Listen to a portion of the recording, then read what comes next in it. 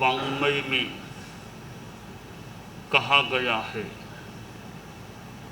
दुम पत्त ए पंडुय ए जहा निवडई राय गणान अच्छे एवं मनुयान जीवियम समयम गोयम मापमाय। हमारी इस दुनिया में नित्य तत्व भी हैं और अनित्य तत्व भी हैं। कोरा नित्यवाद भी नित्यता भी नहीं है और कोरी अनित्यता भी नहीं है। नित्यता है और साथ में उसमें फिर अनित्यता भी होती रहती है। हो सकता है कहीं नित्यता की प्रधानता हो, अनित्यता की गौणता हो, कहीं अनित्यता की प्रधानता व्यक्तता हो और नित्यता गौण हो। जैसा बताया गया कि आदीप माभ्योम समस्व भावम शाद्वाद मुद्रा नति भेद वस्तु तन्नित्यमेवैक मनित्य मन्य दितित्वदाज्ञा दिशताम प्रलापः। कि दिए से लेकर आकाश तक सारे पदार्थ नित्यानित्य हैं। कि आकाश को कहे कि नित्य है तो यह आकाश को नित्य कहा जाए तो नित्यता की प्रधानता के आधार पर आकाश को नित्य भी कहा जा सकता है। और आकाश में पर्याय परिवर्तन भी होते हैं, इसलिए आकाश जैनिज्म के हिसाब से अनित्य भी है। दिया है कि दिया तो अनित्य है, बुझ गया फूट गया, नहीं, दिया अनित्य है वो स्पष्ट है। पर दिए में जो परमाणु पुद्गल हैं वे कभी नष्ट नहीं होंगे। उस द्रव्यत्व की अपेक्षा से वे जो दिए के अणु हैं वे नित्य भी हैं। तो यों नित्यानित्यवाद या परिणामी नित्यवाद का सिद्धांत जैन दर्शन में बताया गया है। हम शरीर के संदर्भ में देखें कि यह शरीर एक पर्याय है और पर्याय होने के नाते यह अनित्य भी है। एक दर्शन की दृष्टि से जो बात श्लोक में है, द्रव्यम पर्याय वियुतम पर्याया द्रव्य वर्जितः वकदा केन किंग रूपा दृष्टा मानेन केन वा आश्रितो। ये द्रव्य है वह कभी पर्याय रहित अवस्था में हो और किसी ने देखा है क्या? कि पर्याय है द्रव्य विहीन है ऐसा भी किसी ने देखा है क्या? अर्थात द्रव्य है तो उसमें पर्याय भी हैं और पर्याय हैं तो उसमें द्रव्य भी है। द्रव्य है वह नित्य है और पर्याय होता है वह अनित्य होता है। अब कैसे? एक उदाहरण से हम समझें कि आत्मा है, वह आत्मा शाश्वत है। एगो में सांस ओ अप्पा नान दंसन संजुओ शेषा में बाहिरा भावा सभ्य संजोग लक्षणा। 8 आत्माएं हमारे यहाँ प्रसिद्ध हैं। 25 बोल में 8 आत्माएं, 15वां बोल आत्मा 8 आत्माएं हैं। तो पहली आत्मा है द्रव्य आत्मा।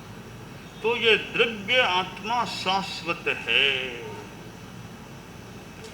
एक आत्मा के असंख्य प्रदेश हैं, एक प्रदेश भी कभी टूट करके अलग नहीं होता, एक भी नया प्रदेश उस आत्मा का हिस्सा नहीं बनता।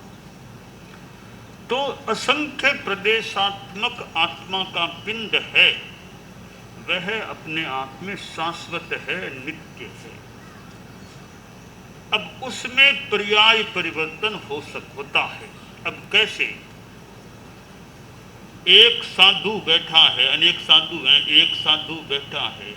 अभी ये मनुष्य है, मुख वस्त्र का बंदी हुई साधु का वेश है, और भीतर आत्मा में ज्ञान दर्शन जो भी। अब वर्तमान में मनुष्य है, पर पिछले जन्म में क्या था? अब ये इसी रूप में आदमी था, और कोई रूप में था, देवता था, क्या था? यानी वर्तमान में जो है वो तो पिछले जन्म में इससे तो अलग ही चीज थी। तो वो आत्मा तो शाश्वत है, पर एक आत्मा कभी मनुष्य बन गई, कभी देव बन गई, कभी नरक में चली गई, कभी त्रियंच में, कभी कुछ। तो यह परिवर्तन, यह पर्याय का परिवर्तन होता है। एक ही आत्मा अनेक योनियों में विभिन्न शरीरों को प्राप्त कर सकती है। भगवान महावीर की आत्मा, यह भगवान महावीर का भव था, अंतिम भव था, मनुष्य के रूप में, महान संत के रूप में, सर्वज्ञ भी बन गए। पर इससे पहले के जन्मों में कभी उनकी आत्मा देवता भी बनी है, कभी और पहले मनुष्य भी बनी, और भी गतियों में गई है। तो यह आत्मा तो शाश्वत है। भगवान महावीर की आत्मा नए सार के भव में भी वही आत्मा थी, और भगवान महावीर वर्धमान के भव में भी वही आत्मा थी। आत्मा तो वही, बीच में कितने कितने जन्म हो गए, कितने शरीर धारण कर लिए। यह अनित्यता है। नया नया शरीर धारण करना, यह अनित्यता है। तो आत्मा नित्य है, और साथ में पर्याय परिवर्तन होता है। तो पर्याय अपने आप में अनित्य होते हैं। आदमी एक है, अब कभी वह एकदम छोटा बच्चा था, कभी थोड़ा सा बड़ा हो गया, फिर और बड़ा नव युवक बन गया, कभी प्रौढ़ बन गया, कभी वृद्ध। आदमी तो वही आदमी है, परंतु वही आदमी एक ही जीवन में अलग अलग अवस्थाओं को प्राप्त हो जाता है। बचपन की फोटो देखो, 70 साल की उम्र की फोटो देखो, 80 साल की उम्र की फोटो देखो, तो बचपन की फोटो में 80 साल की फोटो में अंतर है या नहीं? बचपन छोटा सा बच्चा था, 1 साल का, 8 महीने का, उस समय की फोटो है। 80 साल आ गए तब की फोटो, दोनों में कितना बड़ा अंतर है। आदमी तो वही है, वो ही आदमी है, पर यह पर्याय परिवर्तन हो गया। छोटा बच्चा था, वो बड़ा होते होते वृद्ध हो गया, और सारा चेहरा भी, अब बच्चे का चेहरा था 80 वर्ष का, कैसा चेहरा हो गया, बाल कैसे हो गए। तो ये परिवर्तन, एक ही जीवन में पर्यायों का परिवर्तन हो जाता है। तो शरीर हमारा इसलिए अनित्य है कि ये पर्याय रूप में जो शरीर है वो हमेशा नहीं रहता, पर जो पुद्गलास्तिकाय है, पुद्गल है शरीर में, वे पुद्गल तो हमेशा रहेंगे।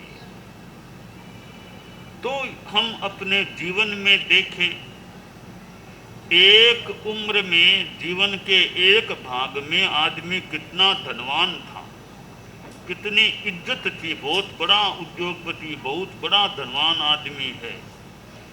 50 वर्ष पार के जीवन को देखें, इतना प्रतिष्ठित धनवान आदमी था, वो काफी नीचा आ गया। तो पर्याय का परिवर्तन हो गया। अनित्यता की एक धनाढ्यता की पर्याय थी, अब वो धनाढ्यता नहीं रही, आर्थिक दृष्टि से कमजोर हो गया। तो यह पर्याय परिवर्तन है। एक समय शरीर कितना साउंड बॉडी थी, मजबूत शरीर था, और कभी फिर शरीर में बीमारियां, कमजोरियां आ जाती हैं। तो शरीर में यह अनित्यता है, अंतर आ जाता है। तो फिर चिंतन का विषय है ये धन संपत्ति जो आदमी के पास है वह भी अस्थायी है, हमेशा रहेगी, हमेशा नहीं रहती उसके पास। और जो स्वजन लोग हैं वे भी चले जाते हैं, कभी किसी की डेथ हो गई, कभी कोई चला गया, दूर हो गया, तो वे संबंध भी अनित्य हैं कि जिनको अपना स्वजन परिवार मानते थे उनमें कई विरोधी बन गए, छोड़कर चले गए, कई अगले भव में चले गए। तो स्वजन वर्ग जो पास में है वह भी स्थायी नहीं है, वह भी अनित्य है। और जो अपना सा लगता है कि हम तो एक ही हैं, मैं तो आपका ही हूँ, कुछ वर्षों बाद वो आपका कहने वाला था वो भी दूर हो गया, आता ही नहीं है, बात ही नहीं करता है। तो फिर ये संबंध भी हमारे अनित्य हो जाते हैं। इस अनित्यता का जो ये जगत है इसमें आदमी मोह मूर्छा को कम करे कि अनित्य कितने हमारी आंखों के सामने चले गए। शांत सुधारस भावना वाला ग्रंथ है, उसमें कहा गया है यही समम क्रीडिता ये च भृशमीडिताः यही सहा कृष्ण हि प्रीतिवादम तांजनान वीक्ष्य बत भस्म भूयं गतान निर्विशंकास्म इति धिक् प्रमादम मूढ़ मुह्यसि मुधा मूढ़ मुह्यसि मुधा। उपाध्याय जी ने कहा कि जिनके साथ खेले थे, बचपन में कईयों के साथ खेलते हैं, जिनके साथ खेले थे, जो हमारे पूजनीय थे, जिनको प्रणाम करते थे, अर्चना करते थे, और जिनके साथ प्रेम पूर्ण बातें करते थे, हंसते खिलते बातें करते थे, वे लोग भस्मीभूत हो गए, चले गए हैं। जिन बच्चों के साथ खेलते थे कई वे बच्चे भी अब संसार में नहीं रहे। जिन माता पिता दादा आदि को प्रणाम करते थे अब वे भी नहीं रहे। और जिन मित्रों के साथ प्रेम पूर्ण बातें करते थे वे भी कई चले गए हैं। और वे लोग चले गए, फिर भी मैं निशंक बैठा हूँ, यह नहीं सोचता कि मुझे भी तो कभी जाना होगा, तो क्यों मैं ज़्यादा मोह करूँ इस संसार की माया में, धन में, पैसे में और में ज़्यादा मोह क्यों करूँ। अनित्यता का चिंतन करने से, अनित्यता की अनुप्रेक्षा करने से आदमी की मूर्छा, मोह पर प्रहार हो सकता है और मूर्छा व मोह का भाव कम हो सकता है। इसलिए यह 12 भावनाओं में जो अनित्य अनुप्रेक्षा है कि अनित्यता अनित्य है, अनित्य है, यह चिंतन करने से मोह मूर्छा कम हो सकती है। यह शरीर भी मेरा अनित्य है। शास्त्र में कहा गया है इमं शरीरम अनित्यम असोयम असोई संभवम असासया वासमीणम दुख के सान भायणम, कि यह शरीर मेरा अनित्य है, अशुचि है, अशुचि से पैदा होने वाला है, अशाश्वत आवास है, ये दुख और क्लेशों का भाजन है। तो यूँ शरीर के बारे में चिंतन करने से, अनुप्रेक्षा करने से मोह भंग, मूर्छा हमारी कम हो सकती है, मोह कम हो सकता है। इसलिए ये शरीर है, शरीर के प्रति भी मैं मोह ज़्यादा क्यों करूं? ये तो कितना भीतर में गंदा है, अशुचि है, गंदगी है, इस पर मैं क्यों मोह कर रहा हूँ? बस यह शरीर का चिंतन होता है और विरक्ति का भाव भी पैदा हो सकता है, संवेग बढ़ सकता है, वैराग्य भाव पुष्ट हो सकता है। तो ये अनित्यता है। जीवन भी मेरा अनित्य है, शरीर अनित्य है, और ये संबंध हैं परिवार के, मित्रों के और के, वे संबंध भी आखिर अनित्य हैं, वे लोग भी सदा रहने वाले नहीं हैं। तो ये अशाश्वत अनित्य जगत है। आत्मा शाश्वत है, शरीर अनित्य है और आत्मा मेरी नित्य है।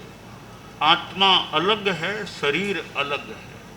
मैं शरीर के लिए कुछ मान लो करता हूँ, खाना पीना नहाना धोना, मैं आत्मा के लिए क्या करता हूँ? तो यूँ आत्मा के बारे में आदमी चिंतन करे कि आत्मा के लिए मैं क्या करता हूँ। यह शरीर नश्वर है। आत्मा भिन्न शरीर भिन्न है, तुमने मंत्र पढ़ाया। आत्मा अचल अरुद शिव शाश्वत, नश्वर है यह काया। आत्मा के द्वारा ही आत्मा में लय पाए। चैत्य पुरुष जग जाए, देव तुम्हारा पुण्य नाम मेरे मन में रम जाए। चैत्य पुरुष जग जाए। तो मेरी चेतना का विकास हो, चेतना में ज्ञानोदय, दर्शनोदय, चारित्रोदय हो, विकास हो। तो यह हमारा चिंतन अनित्यता का जितना पुष्ट रहता है कि आदमी पैदा होता है, जन्म लेता है, और कई बार देखते देखते आदमी विदाई भी ले लेता है। तो कितने लोग दुनिया में आ गए, बड़े बड़े महापुरुष आ गए, और वे कितने लोग उनमें से चले भी गए। तो यह संसार की अनित्यता की स्थिति है। इस अनित्यता में बस जो नित्य है, आत्मा है, स्थायी है, इस जगत में आत्मा जो स्थायी है, उसके लिए हम सोचें, उसके कल्याण के लिए हम प्रयत्न करें, तो हमारा ये मानव जीवन जो हमें प्राप्त है, यह मानव जीवन सार्थक सिद्ध हो सकता है। परम पूज्य आचार्य श्री तुलसी अणुव्रत की बात उन्होंने चलाई कि भाई कोई जैन बने न बने ठीक है, अलग बात है। वह किसी भी धर्म को मानने वाला, किसी भी जाति का आदमी भी अच्छे रास्ते पर चले, छोटे छोटे अच्छे नियमों को स्वीकार करके चले, तो उसका जीवन अच्छा रह सकता है, उसकी आत्मा का कल्याण हो सकता है। आचार्य श्री महाप्रज्ञ जी प्रेक्षा ध्यान कराते थे भी राग द्वेष मुक्त रहकर देखना सीखें, समता में रहना सीखें। तो इस जीवन में जितने अच्छे अच्छे नियम संकल्प हों, ध्यान आदि के द्वारा जितनी चेतना अच्छी बने, वो हमारे लिए हितकर बात हो सकती है। हम सिद्ध योगी आचार्य श्री महाप्रज्ञ से प्रेक्षा ध्यान का एक प्रयोग करें। आपको एक प्रयोग कराया जा रहे हैं श्वास प्रेक्षा का। 5 सेकंड में श्वास लेना है, 5 सेकंड भीतर रोकना है, और 5 सेकंड रेचन करना है, और 5 सेकंड बाहर रोकना है। इस प्रकार 20 सेकंड में एक श्वास। सावधान रहे, श्वास भरे, भीतर रोके, रेचन करें, बाहर रोके, श्वास भरे, भीतर रोके, रेचन करें, बाहर रोके, श्वास भरे, भीतर रोके, रेचन करें, बाहर रोके, श्वास भरे, भीतर रोके, रेचन करें, बाहर रोके, श्वास भरे, भीतर रोके, रेचन करें, बाहर रोके, श्वास भरे, भीतर रोके, रेचन करें, बाहर रोके, श्वास भरे। प्रयोग संपन्न। तो ये ध्यान के बहुत छोटे प्रयोग कराए हैं और इनका स्वयं बार बार अभ्यास करें तो एक अच्छा अभ्यास हो सकता है। ओम आत्मा।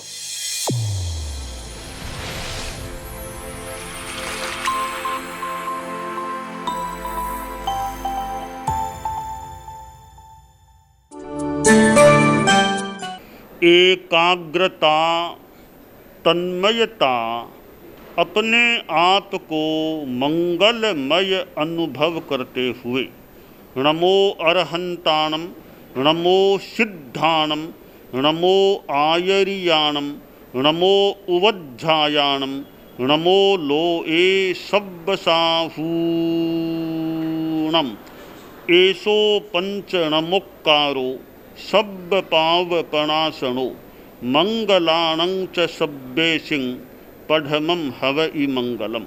चत्तारि मंगलम, अरहंता मंगलम, सिद्धा मंगलम, साहू मंगलम, केवलिपन्नत्तो धम्मो मंगलम।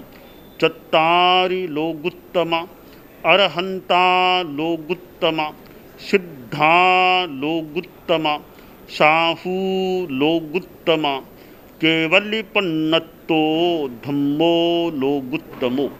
चत्तारि शरणं पवज्जामि, अरहन्ते शरणं पवज्जामि, सिद्धे शरणं पवज्जामि, साहू शरणं पवज्जामि, केवलिपन्नत्तं धम्मं शरणं पवज्जामि।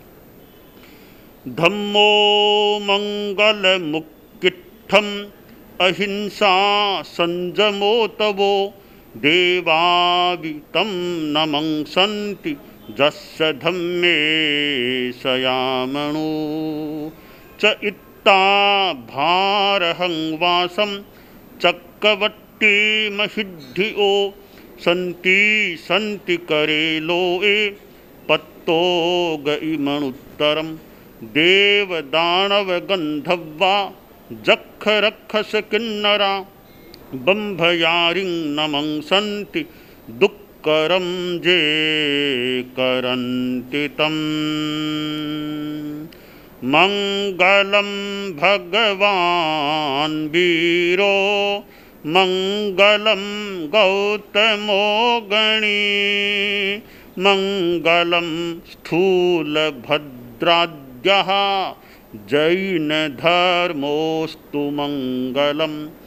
मंगलम मतिमान् भिक्षुः मंगलम भारमल्लकः मंगलम रायचन्द्राद्या मंगलम तुलसी गुरुः महाप्रज्ञोस्तु मंगलम। तेरा पंथोस्तु मंगलम।